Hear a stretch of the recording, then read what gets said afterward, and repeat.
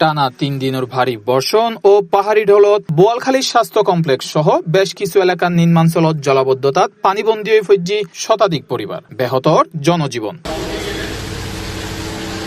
বুধবার ৮ জুলাই উপজেলা নির্বাহী অফিসার মেহেদী হাসান ফারুক উপজেলার বিভিন্ন এলাকা সহ বোয়ালখালী উপজেলার স্বাস্থ্য কমপ্লেক্সের নিচতলাত পানি ঢুকি যাবার পর পরিদর্শন করতে যায়।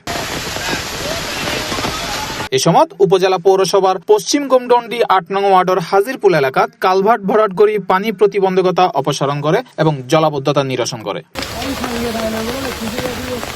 পানিবন্দী মানুষের মাঝে পশ্চিম গোমডন্ডি ও ঘোষকিল এলাকার খাদ্য সামগ্রী বিতরণ করে। ঘোষকিল এলাকায় ২৫টি পরিবার তারা পানিবন্দী অবস্থা রয়েছে, তাদের খাদ্য কমে গিয়েছে।